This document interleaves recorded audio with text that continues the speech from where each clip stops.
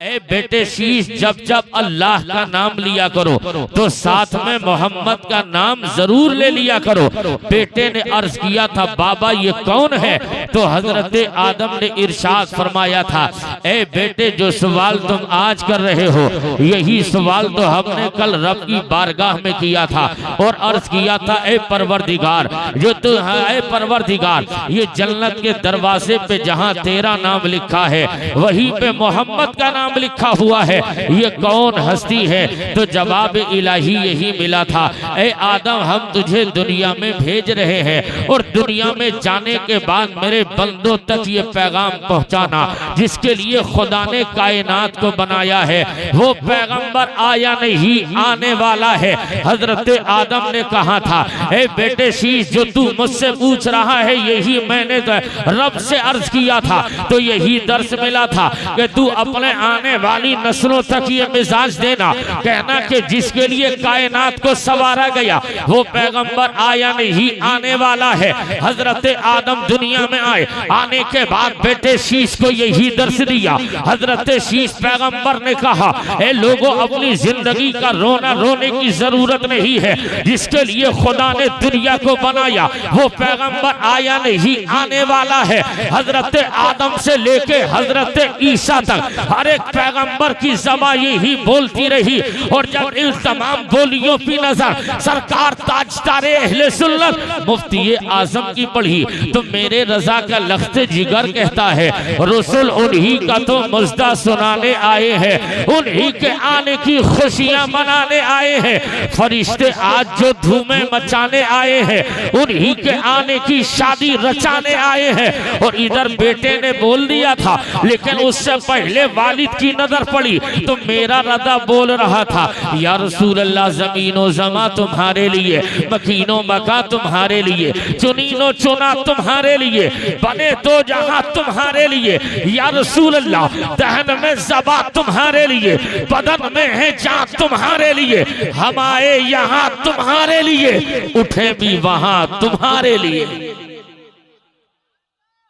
भैया माइक थोड़ा सा और फ्री कर दो, हालांकि हालत हमारी ठीक नहीं है, माइक आपका ठीक है लेकिन थोड़ा रहम कर दो, माइक और फ्री कर दो ताकि तकरीर ठीक ठाक हो जाए। जरा जी लगा के बोलिए सुभान अल्लाह।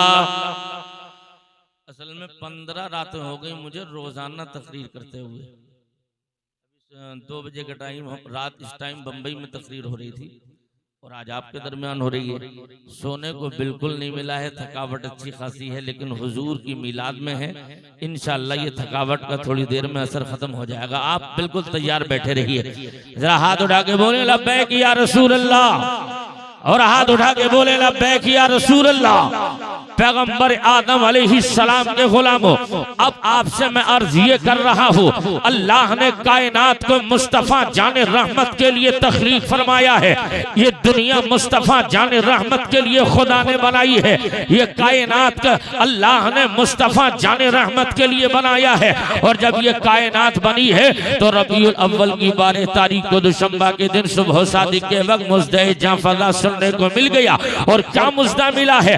सरदार कुरैश अब्दुल मुत्तलिब कहते हैं, मैं खाने काबा का तवाफ कर रहा था और तवाफ काबा करते करते मैंने देखा ये काबा कभी दाएं हिल रहा है, काबा कभी बाएं हिल रहा है, काबा कभी आगे हिल रहा है, कभी पीछे हिल रहा है। और जब काबे को जहां जाने मैंने गर्दिश करते देखा तो रब की बारगाह में अर्ज किया, हे परवरदिगार इस काबे को कभी हिलते नहीं देखा, आज ये काबा क्यों हिल रहा है, ये काबा गर्दिश क्यों कर रहा है, काबा हरकत क्यों कर रहा है? तो मशीयत जवाब देती है, हे अब्दुल मुत्तलिब पूछना है इस हिलने वाले काबे से पूछ लो। अब्दुल मुत्तलिब ने अर्ज किया, हे परवरदिगार ये बेज़बान काबा है, ये कैसे बोलेगा? बोलने के लिए ज़बान जरूरी है और ज़बान में कुव्वत गोयाई हो, लेकिन ये पत्थर से बना है, ये बोल नहीं पाएगा। तो रब की रहमतों ने कहा, हे अब्दुल मुत्तलिब आज तक ना बोला हो तो ना बोला होगा, मगर आज बुलवाओगे तो ये काबा बोलेगा। अर्ज किया, मौला आज क्यों बोलेगा? तो जवाब मिला, इसलिए कि पत्थरों से कलमा पढ़वाने वाला मोहम्मद दुनिया में पैदा हो गया है। आए हैं मुस्तफ़ा, दुनिया में जलवगर हो रहे हैं। सरदार कुरैश अब्दुल मुत्तलिब कहते हैं, जब मैंने ये काबे की बातें सुनी है और मुस्तफ़ा जाने रहमत की तशरीफ आवरी हो गई, अल्लाह का पैगंबर दुनिया में जलवगर हो गया। और हजरत अब्दुल मुत्तलिब कहते हैं, जब मैंने काबे को देखा, काबा मोहम्मद की आमद पे झुक रहा है, काबा मुस्तफ़ा की आमद पर झूम रहा है, काबा मुस्तफ़ा की आमद पर खुशियां मना रहा है, तो मेरा दिल कहने लगा, ए अब्दुल मुत्तलिब चलो ना दरे आमना पर, देखो कैसा चांद सा हसीन बेटा दुनिया में आया है, कितना हसीन बेटा आया है, कितना लाजवाब शहजादा आया है। अब्दुल मुत्तलिब कहते हैं, मैं दौड़ा दौड़ा चल रहा था और जैसे ही मैं दरवाजे पे आया तो मैंने देखा मेरे दरवाजे पर एक इंसान बैठा है, हाथ में तलवार लिए है, नंगी तलवार है, और मैं दरवाजे में दाखिले की इजाजत दाखिल हो रहा था, इतने में उस इंसान ने मुझे रोक लिया और रोकने के बाद कहा था, ऐ अब्दुल मुत्तलिब अंदर जाने की इजाजत नहीं है। अब्दुल मुत्तलिब कहते हैं, घर मेरा है, मकान का मालिक मैं हूँ और मुझे घर में दाखिले से रोकने वाले तुम होते कौन हो? तो अब्दुल मुत्तलिब कहते हैं, वो इंसानी शक्ल में आने वाला कहने लगा, ऐ अब्दुल मुत्तलिब हम जानते हैं मकान तुम्हारा है, मालिक तुम हो, लेकिन इसीलिए इजाजत नहीं, आज तुम्हारे घर में अल्लाह ने अपना हबीब भेज दिया है, मुस्तफा आ गए हैं। कहा मुझे देखने दो बेटा आया है। तो उस फरिश्ते ने कहा, जब तक खुदा का एक एक फरिश्ता रुखे मुस्तफा का दीदार न कर लेगा, किसी दुनियादार को नबी का चेहरा दिखाया नहीं जाएगा। आका के चेहरे के दर्शन हो रहे हैं। मदीने वाले मुस्तफ़ा को देखने के लिए फरिश्तों की भीड़ लगी हुई है। अब मैं आपसे कहता हूँ, बच्चे अपने यहाँ भी रोजाना पैदा होते हैं, पैदा होते रहेंगे, लेकिन हुजूर की पैदाइश का अंदाज निराला है, हुजूर की आमद का अंदाज निराला है। अब मैं आपसे कहता हूँ, इस्लाम के मुकद्दस जियालो पैगंबर आए हैं, किस शान के साथ आए हैं। बच्चा जब जन्म लेता है तो उस वक्त में माँ भी नापाक होती है, बच्चा भी नापाक होता है, जिस जगह बच्चा पैदा होता है वो जगह भी नापाक होती है। लेकिन हजरत पैगंबर आजम सल्लल्लाहु अलैहि वसल्लम की वालिदा हजरत सैयदा आमिना कहती हैं, जब मेरे बेटे मोहम्मद दुनिया में तशरीफ लेकर आए हैं तो मेरे बेटे मोहम्मद ने अपनी पेशानी को सजदे में रख दिया है। आका सजदा करते हुए दुनिया में आए हैं। अब जहन में सवाल उठने लगा, इलाहुल आलमीन ये तो बता, अगर कोई बंदा सजदा करता है, सजदे के लिए जगह का पाक होना जरूरी है, सजदे के लिए इंसान का बदन का पाक होना जरूरी है, इंसान का लिबास पाक होना जरूरी है। लेकिन यहाँ ये तेरा हबीब आया है, इसके सजदे का अंदाज निराला है। सजदा जब किया जाता है, इन उलमा से आप पूछिए, जब ये सजदा करेंगे तो सजदे में सुभान रब्बियल आला पढ़ा जाता है। लेकिन मुस्तफा आए हैं, इस शान के साथ पैगंबर आए हैं, अपने पेशानी को सिजदे में रखा तो मदीने वाले सुल्तान ने सुभान रब्बियल आला नहीं पढ़ रहे हैं, बल्कि आका रब्बे हबली उम्मती पढ़ रहे हैं। अब इससे पहले ही दिन मुस्तफा ने मिजाज दे दिया है, आका कायनात का मिजाज ये हो गया। आका ऐलान करते आ रहे हैं, यानी नबी जब उम्मत की बात हो रही है,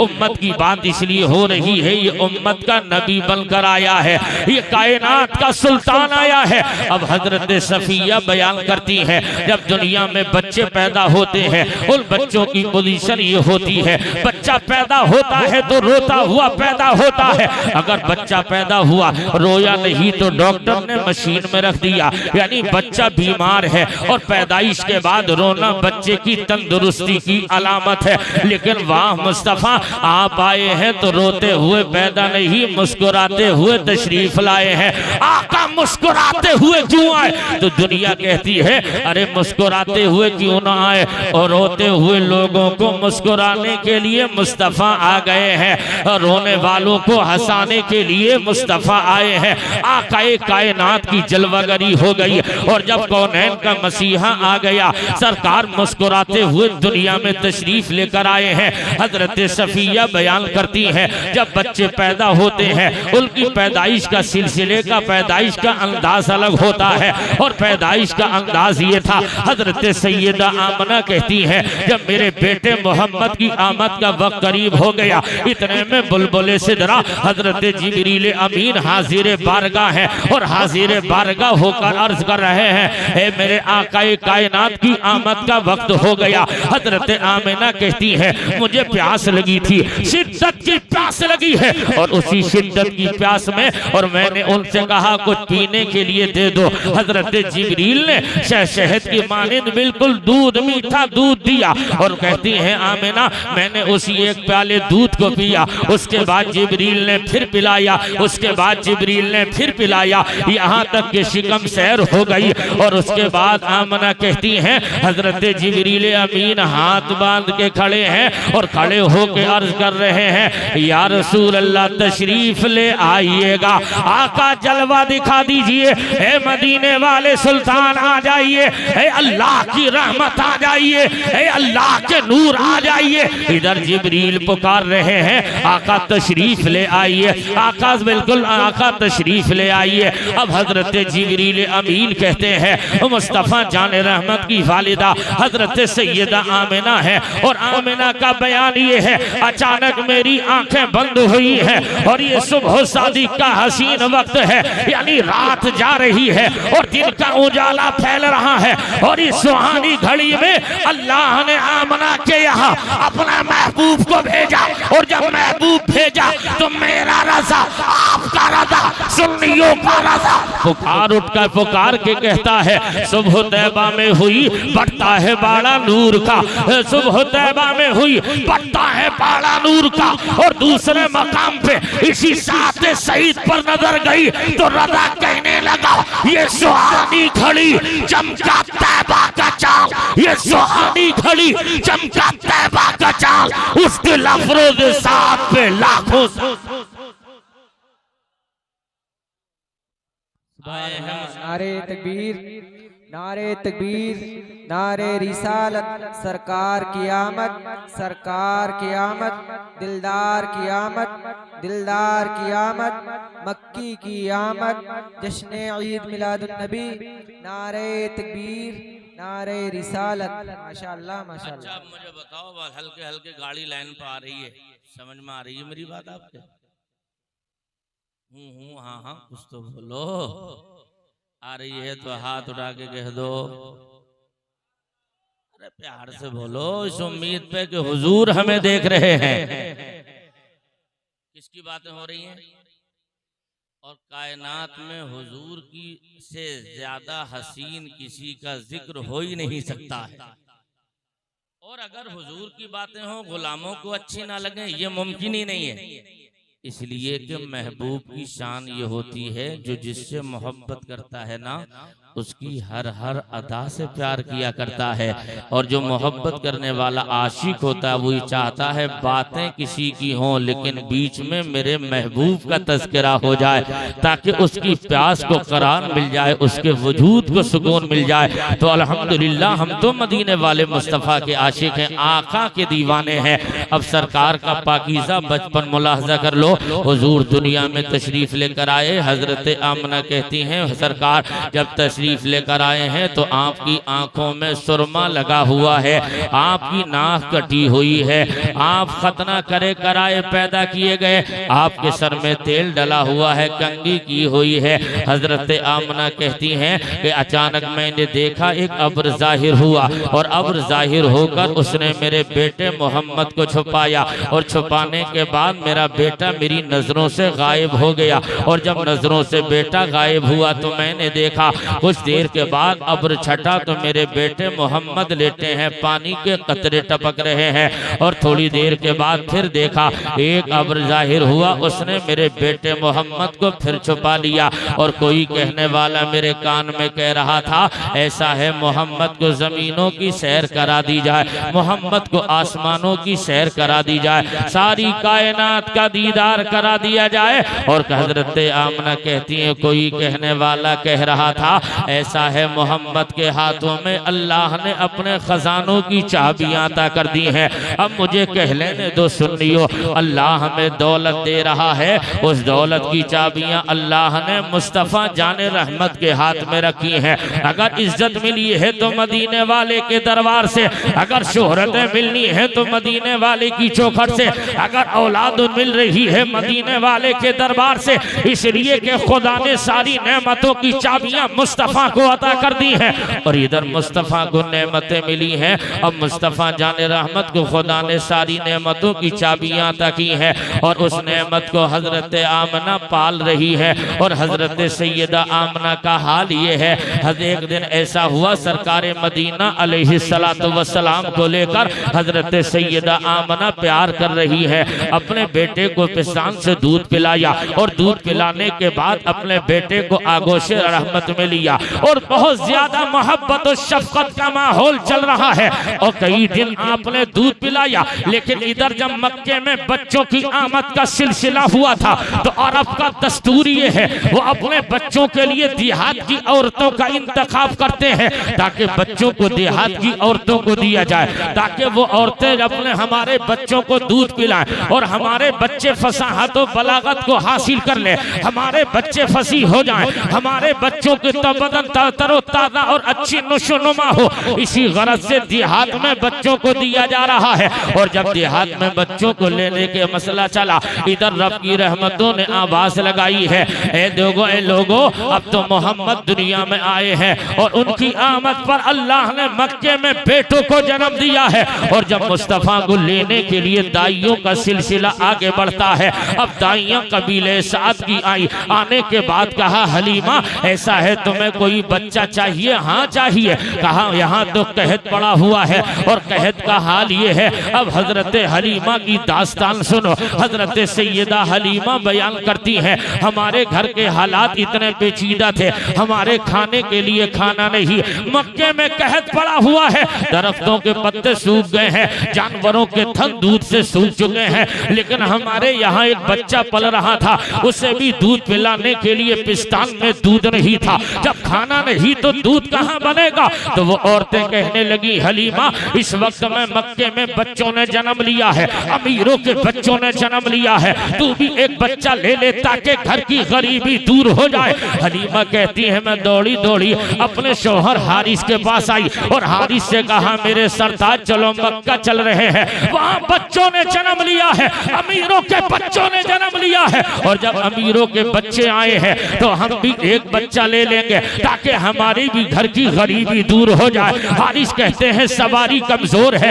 हालात अच्छे नहीं है और घर की भी पोजीशन बेहतर नहीं है, अगर तेरा इरादा है तो चले चलते हैं। अब वही कमजोर ऊँटनी लेकर हजरत सैयदा हलीमा सादिया चली है और साथ में मक्के की और दाइयां चली हैं। उन दाइयों का हाल ये हो गया, उनकी सवारी जानदार थी, ताकतवर थी, फरवा थी, वो सवारियां आगे चल रही हैं, हलीमा पीछे रह गई। और जब हलीमा पीछे रही आपने कहा ए साथ वालियों ये धोखा कैसे है? जो साथ आता है उसे साथ निभाया जाता है, तुमने बीच में छोड़ दिया। तो उन औरतों ने बर्दस्ता कहा था ए हलीमा वजह ये है तुम भी थकी हुई हो, तुम्हारी ऊँटनी भी थकी हुई है और हम खाए पिए ताकतवर और तवाना है, हमारी ऊँटनियां भी तवाना है। ऐसा है हलीमा तुम्हारा हमारा कोई मुकाबला नहीं। अब वो ऊँटनियां लेके आगे चली, हजरत हलीमा पीछे पीछे चल रही है। और जब हलीमा पहुंची है उससे पहले उन्होंने मक्के के अमीरों के बच्चों को ले लिया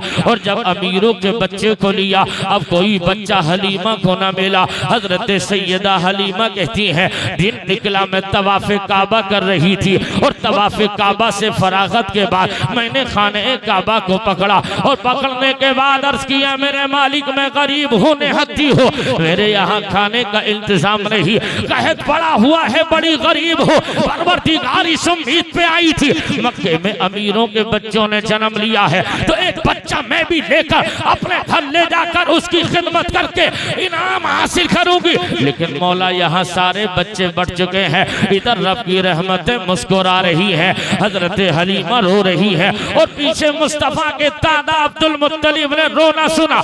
आप फरमाते हैं बेटी रोना कैसा? उसने कहा हलीमा ने कहा ए चचा हम इसलिए रो रहे हैं, हम बड़ी दूर से आए हैं, हमारे यहाँ सफर की सऊबतें भी बर्दाश्त की हैं, उम्मीद पे आए थे मक्के में बच्चों ने जन्म लिया है तो हम भी एक बच्चा ले लेंगे और एक बच्चा मिलेगा तो उसकी परवरिश करेंगे और परवरिश के बाद इनाम मिलेगा, नजराना मिलेगा, घर की गरीबी दूर हो जाएगी।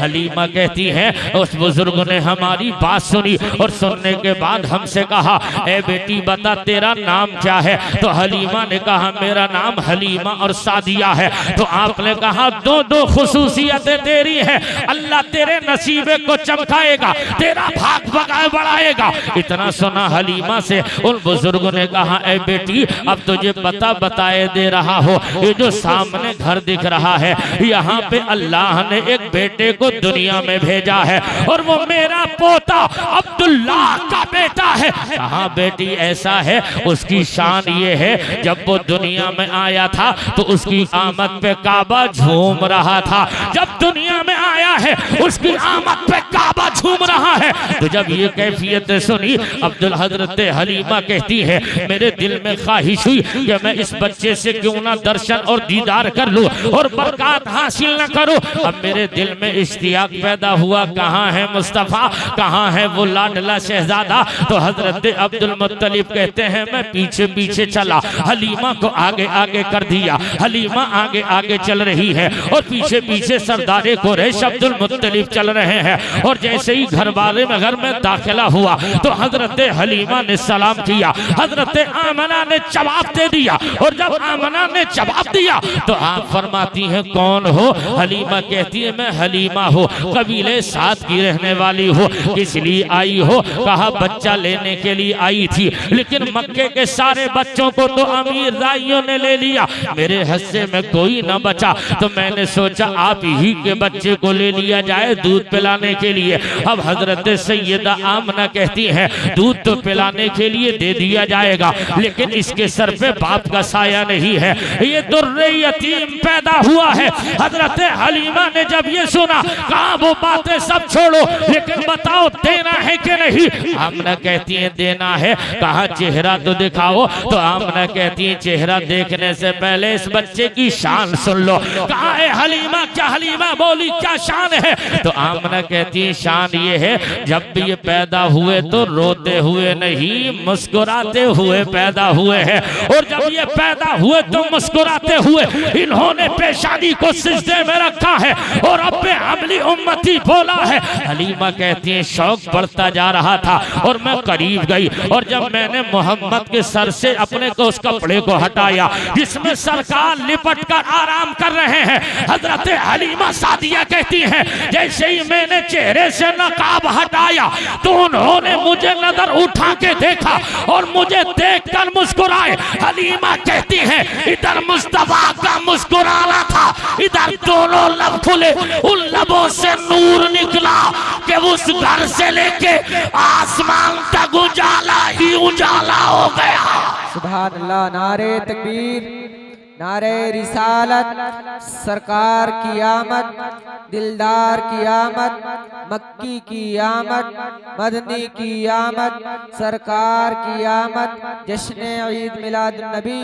नारे तकबीर, नारे रिसालत। उजाला ही उजाला हो गया।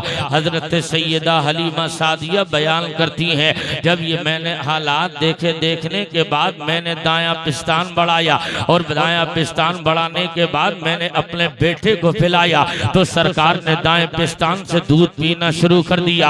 अब हलीमा की भी सुनो कैसी बरकतें हासिल हो रही है।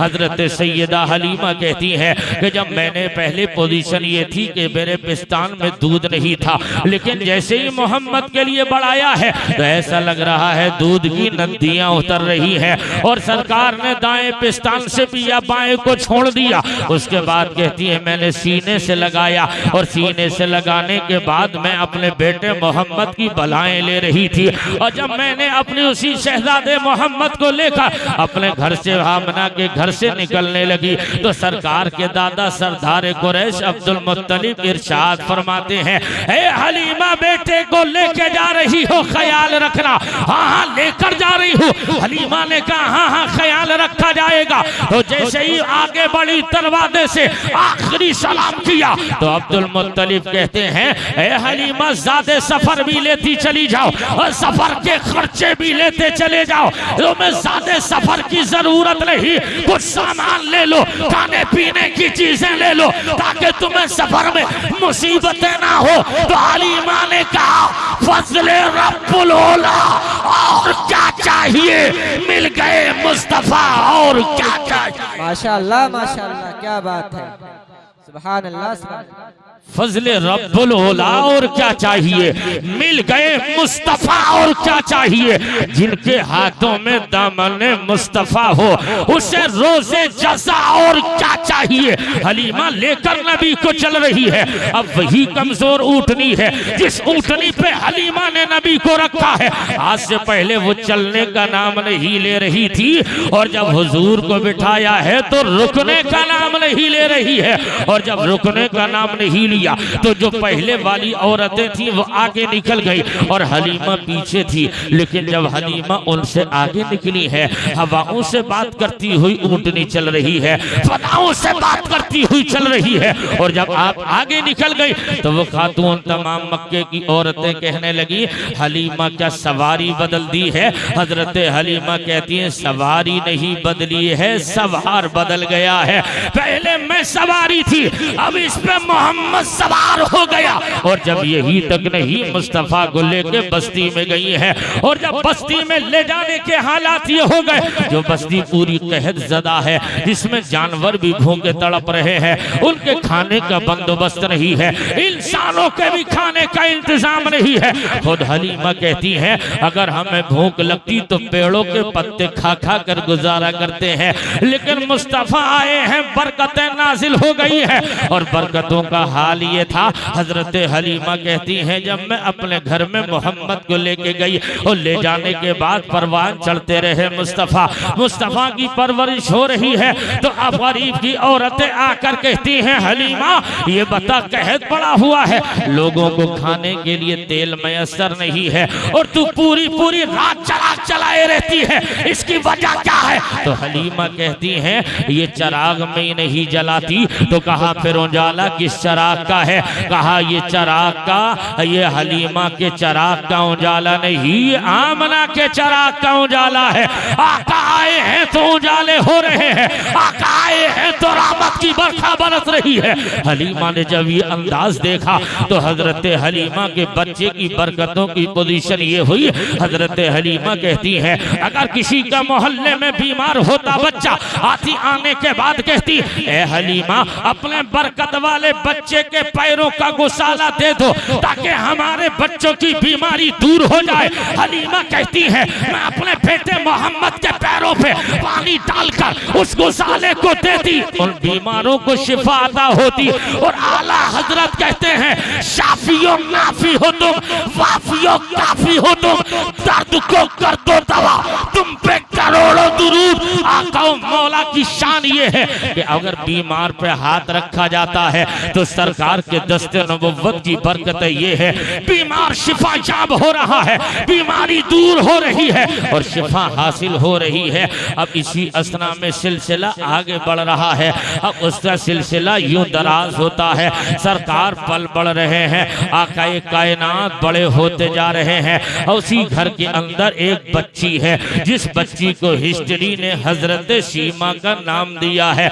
वो मुस्तफा की चहीती बहन है, हलीमा की बेटी है जनाब शीमा। और उस शीमा की पोजीशन ये है, हजरत शीमा अपने भाई मोहम्मद को गोद में लेकर अपने लबो रुखसार से बलाएं ले रही है, कभी सीने से लगाती है। अब मैं कहता हूँ, बहनों की पोजीशन क्या होती है। अगर बहनें बड़ी हो और भाई छोटे हो तो देखो प्यार का अंदाज क्या निराला होता है।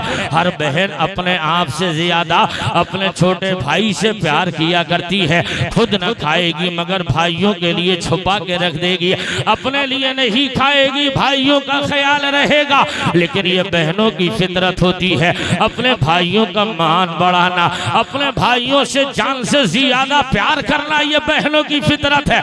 वो इस कदर प्यार करती हैं। अब इधर हुजूर छोटे से हैं और हजरत शीमा मुस्तफ़ा को गोद में लेके खिला रही हैं और खिलाते खिलाते दुआ कर रही हैं, अल्लाहुम्मा या रब्बना इब्खिलना मुहम्मदा, ए परवरदिगार मेरे भाई मोहम्मद को सलामत रखना, मोहम्मद को सलामत रखना। जब मैं इसको कड़ियल घुघरू जवान होते देख लूं, इधर दुआ दी जा रही है और उधर रब की रहमतें मुस्कुरा रही है।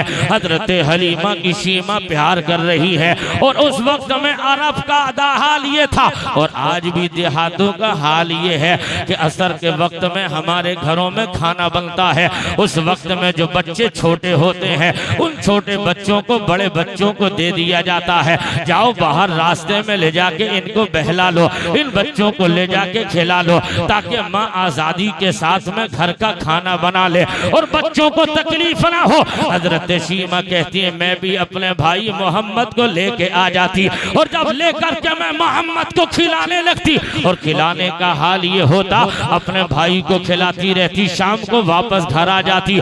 एक दिन ऐसा ही हुआ, मेरे साथ की तमाम सहेलियां भी अपने अपने भाइयों को लाई थी और लाने के बाद में मुकाबला चल रहा था और मुकाबला ये था, एक कह रही है जरा अपने भाई का चेहरा देखा और दूसरे ने चेहरा दिखाया और दिखा के कहा बता, ये बता तेरा अच्छा लग रहा है या हमारा अच्छा लग रहा है। मेरे भाई की नाक तेरे भाई की नाक से अच्छी है, तेरे भाई से मेरे भाई के कान अच्छे हैं, तेरे भाई से मेरे भाई की आंखें अच्छी हैं, तेरे भाई से मेरे भाई का रंग अच्छा है। जब ये मुनाजरा चल ही रहा था, हजरत शीमा आ गई, मुस्तफा के चेहरे पे कपड़ा पड़ा हुआ है, आका को लेके शीमा आई है और आने के बाद कहा क्या बात चल रही है। उन औरतों लड़कियों ने कहा शीमा यहाँ मुकाबला चल रहा है। किस चीज का मुकाबला? का मुकाबला ये है कि ये कहती है तेरे भाई से मेरा भाई अच्छा है, दूसरी कहती है तेरे से मेरा अच्छा है। हजरत शीमा ने सबका सुना और सुनने के बाद मुस्तफा के चेहरे से पर्दा हटाया और कहा बताओ अब तुम्हारा अच्छा लग रहा है कि हमारा अच्छा लग रहा है। तमाम लड़कियां बोलती हैं ए शीमा हम इस नतीजे पे पहुंचे ना आज तक इतना हसीन खुदा ने भेजा और ना कयामत तक कोई हसीन इतना माँ बच्चे को जन्म दे सकती है। ये लाजवाब शहजादा है, तेरा भाई बड़ा हसीन है, तेरे भाई का कोई जवाब नहीं है। हजरात सरकार बड़े हो गए और बड़े होकर जब आपकी रज़ाअत की मुद्दत पूरी होती है, हुजूर अलैहिस्सलाम के गुलामों आज मुझे और आपको पला पलाया इस्लाम मिला है, जिसकी वजह से हमें और आपको बिल्कुल एहसास नहीं है। हम अब जायजा लेते हैं इस चीज का, आखिर हम करें तो करें क्या, कितनी मुसीबतों से इस्लाम हमें मिला है लेकिन हमें एहसास नहीं है। हिस्ट्री का जायजा ले लो, सरकार अलैहिस्सलाम दुनिया में तशरीफ लाए थे और लाने के बाद 2-4 साल के बाद जब हजरत हलीमा ने रज़ाअत की मुद्दत को पूरा करा और उसके बाद वापस किया, फिर लेकर आ गई। लेकिन जब हुजूर 6 साल के हो गए और 6 साल के होने के बाद मेरे पैगंबर आपके आका मुस्तफ़ा करीम अलैहिस्सलाम अपनी माँ हजरत आमना के साथ जब मदीने शरीफ के लिए रवाना हुए और जब वापस आ रहे थे तो रास्ते में हजरत आमना की तबीयत खराब हो जाती है। अब यही पर हदीस कुदसी का मफहूम सुन लो। हदीस कुदसी का मफहूम ये है, रब फरमाता है ए महबूब अगर तुझे पैदा करना मकसद नहीं होता तो ना जमीन को बनाता, ना आसमान को बनाता, ना चांद को बनाता, ना सूरज को बनाता, यहाँ तक के कायनात की किसी चीज को जन्म नहीं दिया जाता। अब जहन में सवाल उठने लगा, ए परवरदिगार जमीन तूने मुस्तफा के लिए बनाई है, आसमां तूने मुस्तफा के लिए बनाया है, है, ये चांद सूरज सितारे मुस्तफा के लिए बनाए हैं। जब इतना प्यार तुझे हुजूर से है तो ये के मुअम्मा है कि तेरा हबीब पैदा भी नहीं हुआ, उससे पहले बाप का साया उठा लिया। तेरा हबीब दुनिया में आया है तो 6 साल की उम्र में माँ का साया उठ गया। 8 साल का होता है तेरा नबी तो दादा का साया उठा लिया। और प्यार तेरा ये है, जमीन मैंने नबी के लिए बनाई है, आसमां मैंने नबी के लिए बनाया है, सूरज मैंने नबी के लिए बनाया है। और हाल ये है पैदा भी ना हुए हैं, सर से बाप का साया उठ गया। तो मशीयत पुकार के कहती है हर काम में हिकमत है, हर काम में राज है। अगर हबीब का बाप जिंदा होता तो मुमकिन था बहन भाई पैदा हो जाते और बड़े होकर मेरे नबी से बड़ा भाई कहने लगते, ताकि जब भाई कहाँ जाता तो उनका एहसान उसके ऊपर होता और ताकि दुनिया जान ले सारी कायनात पे मोहम्मद का एहसान है, मोहम्मद पर किसी का एहसान नहीं। हजरत पैगंबर आदम की शान सुनो, जब सरकार 6 साल के हो गए हजरत आमना का इंतकाल हो गया। अर्ज किया मौला प्यार इतना है तो कम से कम माँ का साया तो रहने दिया जाता ताकि तेरा नबी माँ के साये में जवान होता। अगर माँ का साया उठा लिया तो दादा का साया रहने दिया जाता ताकि तेरा नबी दादा के साये में जवान होता। तो मशीयत कहती है नहीं, ऐसा है जब मेरा हबीब दुनिया में जाएगा और दुनिया में जाने के बाद जब मेरा नबी 25 साल का होगा, खदीजा से शादी करेगा, 40 साल का होगा, ऐलान नबुव्वत किया जाएगा और 13 साल ऐलान नबुव्वत के बाद मक्के में रहेगा और 10 साल मदीने में रहेगा। इस्लाम मक्के से चलेगा, मदीना चला जाएगा और मदीने जाकर इस्लाम पूरी दुनिया के गोशे गोशे में फैलेगा। तो कल कहीं कोई इस्लाम मुखालिफ ज़बान खोलकर ये ना कहने लगे मोहम्मद ने इस्लाम फैलाया था, अपने बाप के बलबूते फैलाया था, मोहम्मद ने इस्लाम फैलाया था, अपनी माँ की बदौलत फैलाया था, मोहम्मद ने इस्लाम फैलाया था, अपने दादा की बदौलत फैलाया। मशीयत कहती है ताकि दुनिया जान ले इस्लाम फैला तो बाप की बदौलत नहीं, इस्लाम फैला तो माँ की बदौलत नहीं, इस्लाम फैला तो दादा की बदौलत नहीं, इस्लाम फैला मुस्तफा के किरदार की बदौलत फैला, मुस्तफा के अखलाक की बदौलत। नारे तकबीर, नारे रिसालत, सरकार की आमद, दिलदार की आमद, सरवर की आमद, रहबर की आमद, यासी की आमद, जश्ने आमदे मुस्तफ़ा, जश्ने आमदे मुस्तफ़ा। नारे तकबीर, नारे रिसालत, सुभान अल्लाह, सुभान अल्लाह। प्यार से बोलो, अरे बोलो यार सुभान अल्लाह, सुभान अल्लाह। हम कलेजा निकालने के चक्कर में तुम्हारी तो कलेजी भी निकलने को तैयार नहीं है। जरा मोहब्बत से बोलो सुभान अल्लाह, सुभान अल्लाह। अल्लाहु अकबर। हुजूर की तकलीफ हुई, बचपन गुजर रहा है, बस तकरीर आखिरी मरहले में है। मैं आपसे अर्ज करता हूँ सरकार 6 साल की उम्र में है और 6 साल की उम्र में सरकार पैगंबर आदम सल्लल्लाहु अलैहि वसल्लम जब वापस मक्के मदीने से आ रहे हैं, अब वह नामी टीले पे सैयदा आमना की तबीयत खराब हो जाती है। और जब आमना की तबीयत खराब हुई तो हालात क्या हो गए।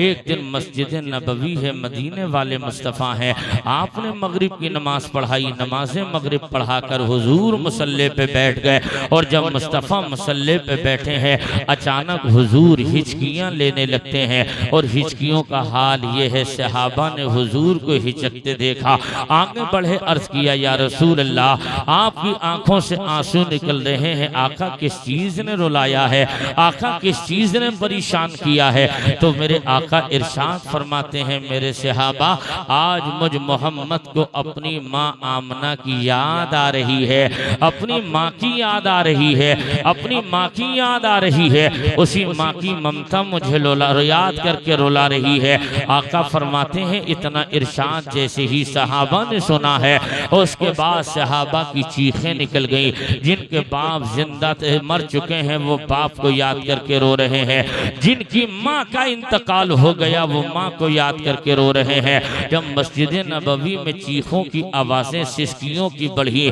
तो सहाबा आगे बढ़ गए, अर्ज करने लगे या रसूल अल्लाह किन बातों ने माँ की रुलाया है। तो मेरे करीम नबी इरशाद फरमाते हैं, हे मेरे सहाबा, मैं जब तुम छोटा सा था, नन्ना सा था, 6 साल की उम्र थी, और मैं अपनी माँ के साथ ननिहाल गया था वालिद की तुरबत पे फातिहा पढ़ने के लिए। हाजिरी देकर मैं वापस आ रहा था, माँ के साथ था। अचानक क्या हुआ, अबवा नामी टीले पर माँ पहुंची है, और वहां पहुंचने के बाद मेरी माँ की तबीयत खराब हो जाती है। उस तबीयत खराब का हाल ये था सहाबा, उस वक्त में अरब की जमीन पे बिछाने के लिए कोई बिछौना नहीं, सर के नीचे लगाने के लिए कोई तकिया नहीं था। तो मैं भी रो रहा था, मेरी माँ भी रो रही है, और उस वक्त साथ उम्मे ऐमन है। वो कहती हैं कि अब परेशानी का हाल ये हो गया, और अब की उसी पथरीली शाहराह पर आमना लेट गई है, और लेटने का हाल ये है इंसान नंगे पैर चलने की पोजीशन में नहीं, और हजरत आमना लेटी हुई है। आका 6 साल की नन्ही सी उम्र में है। मेरे करीम नबी को देखा, देखने के बाद आमना कहती है मैं टकटकी बांध कर देखती रही, और सरकार को देखा, मेरी आंखों से आंसू निकल पड़े। हजरत पैगंबर आदम इरशाद फरमाते हैं, ऐ सहाबा मेरा हाल ये हो गया, जब मैं अबवा के नामी टीले पर माँ के साथ था, उस वक्त बिछाने के लिए कोई बिछौना नहीं, सर के नीचे लगाने के लिए कोई तकिया नहीं था। तो एक छोटा सा पत्थर था, उस पत्थर को मेरी माँ ने अपने सर के नीचे तकिया बनाया, और टेक लगा के लेट कर मुझे टकटकी बांध के देखती रही, और मैं माँ को देखता रहा। तो बच्चों की ये फितरत और आदत होती है, अगर माँ बाप रोते हैं तो बच्चा भी रोते देखकर रोने लगता है, अगरचे वजह उसे नहीं पता हो, लेकिन माँ बाप रोते हैं तो बच्चा भी रोने लगता है। हजरत आकाए कायनात फरमाते हैं, मैं भी रोने लगा, और जब मैं रोता रहा तो मेरी माँ ने मुझे सीने से लगाया, और लगाने के बाद मेरे लबो रुखसार की बलाएं लेकर कहा था, ए मेरे बेटे मोहम्मद, तू आज मुझे आखिरी बार देख रहा है, और मैं तुझे आखिरी बार देख रही हूँ, ना तू मुझे देख पाएगा ना अब मैं तुझे देख पाऊंगी।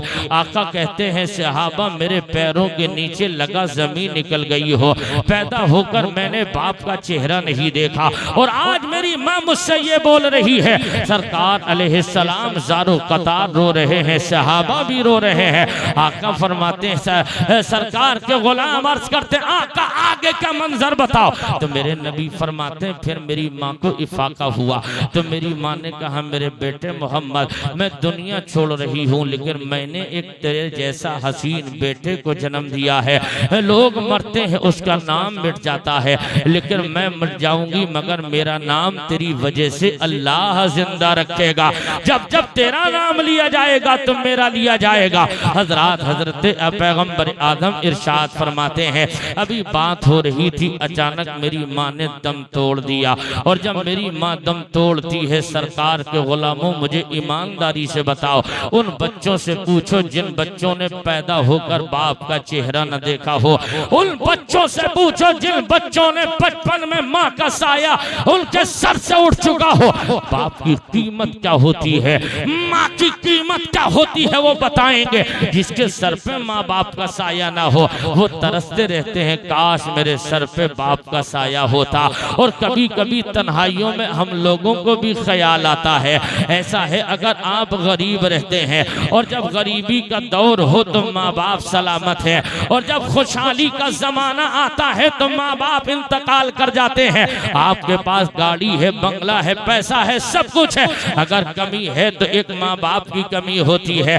कभी कभी तन्हाइयों में जाकर दिल घबराता है, आंखों से आंसू निकलते हैं, दिल कहता है काश अगर आज बाप जिंदा होता तो अपने बेटे की कामयाबी देखकर उसका दिल ठंडा हो जाता।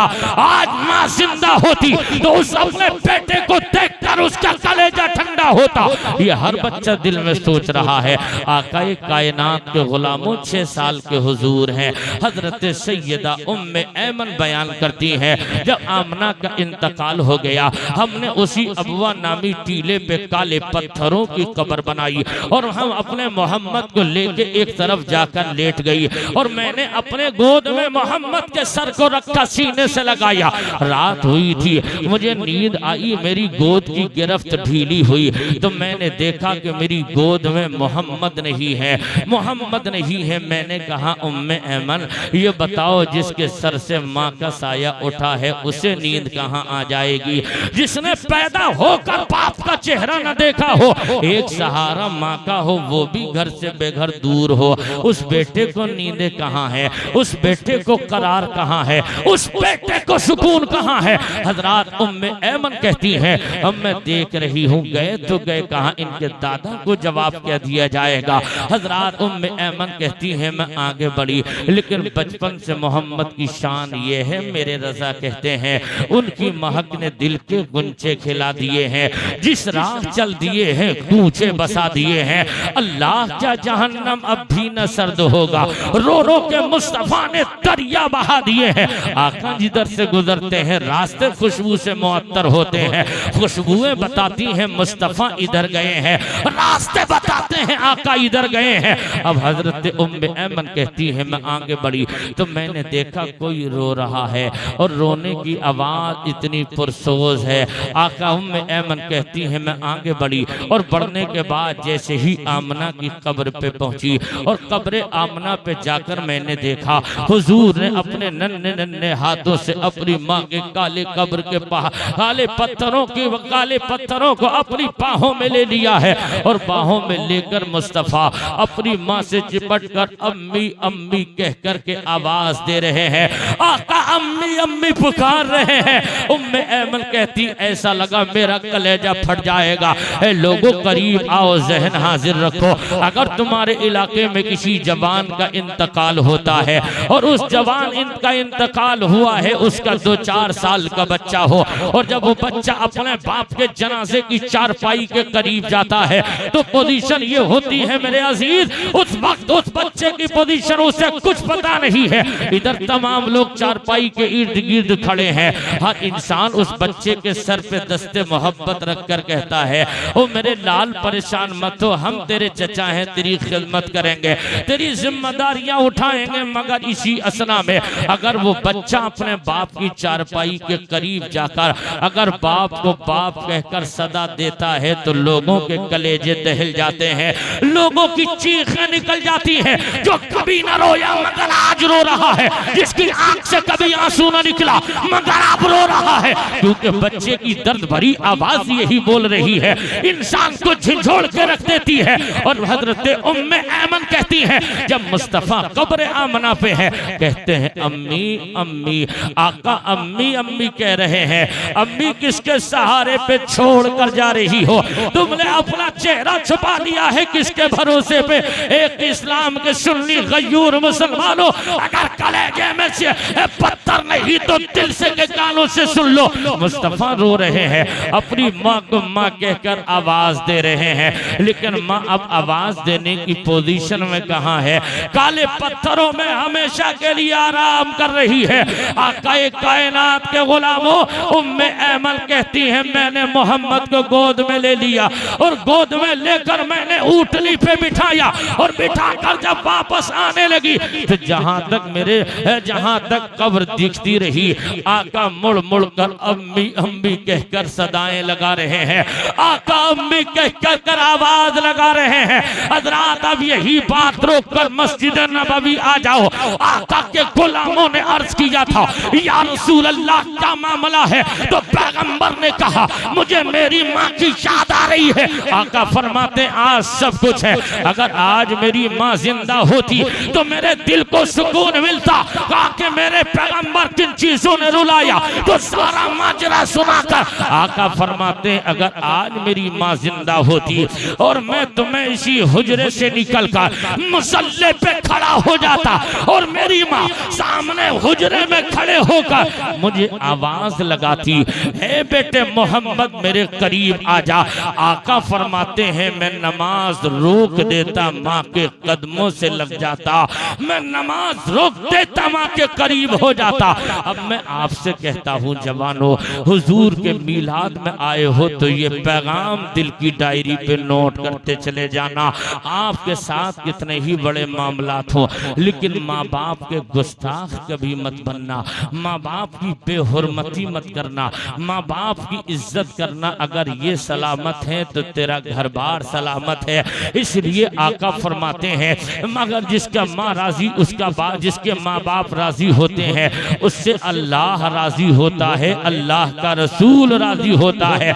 ए लोगों, ये बूढ़े शजर हैं, ये माँ बाप जिंदगी में एक बार मिलते हैं, दोबारा नहीं मिलते हैं। अगर दौलत खत्म हो जाएगी तो मिल सकती है, लेकिन माँ बाप में से कोई एक चला गया तो दोबारा नहीं मिलेगा। इसलिए इनकी कदर कर लो, इन्हें जीते जी खिदमतें कर लो, इनसे दुआएं हासिल कर लो। अगर तुमने इनसे दुआएं हासिल की, इनका दिल जीत लिया, इधर इनके हाथ दुआ के लिए उठेंगे, अल्लाह तेरी किस्मत को बुलंद कर देगा। इधर दुआ के लिए हाथ उठाए जाएंगे, उधर तेरा बेड़ा पार हो जाएगा।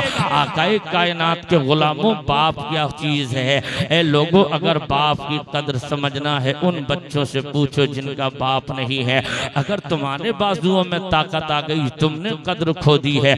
अगर 4 पैसे आ गए तो माँ बाप पे भड़क के आवाज बोल रहे हो, उसी माँ बाप पे चीखो जो पुकार की सदाएं तुम्हारी जबान से निकल रही है।